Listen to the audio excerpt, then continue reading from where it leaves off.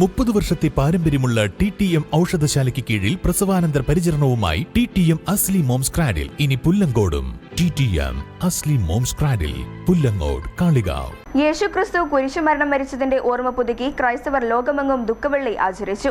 എടക്കര മേഖലയിലെ ക്രൈസ്തവ ദേവാലയങ്ങളിൽ ഇടവക വികാരിമാരുടെ നേതൃത്വത്തിൽ ദുഃഖവെള്ളി ശുശ്രൂഷയും കുരിശിന്റെ വഴിയും നടത്തി. Uppada Malachi saint George orthodox പള്ളിയിൽ ദുഃഖവെള്ളി രാവിലെ 7:30 മണിക്ക് പ്രഭാത നമസ്കാരത്തോടെ ആരംഭിച്ചു. തുടർന്ന് യാമപ്രാർത്ഥനകൾ, പ്രദക്ഷിണം, സ്ലീബാവന്ദനവ്, കബറടക്ക ശുശ്രൂഷ, പ്രസംഗം എന്നിവ നടന്നു. മാത്യൂസ് വട്ടിയനിക്കൽ കോറെപ്പിസ്കോപ്പ മുഖ്യ കാർമ്മികത്വം വഹിച്ചു. ഫാദർ തോമസ് ജോർജ് റബാൻ സഹകാർമ്മികനായിരുന്നു. പാതിരിപ്പാടം സെന്റ് മേരീസ് ദേവാലയത്തിൽ തിരുകർമ്മങ്ങൾക്ക് ഇടവക വികാരി ഫാദർ സണ്ണി കോലാർത്തോട്ടം കാർമ്മികത്വം വഹിച്ചു.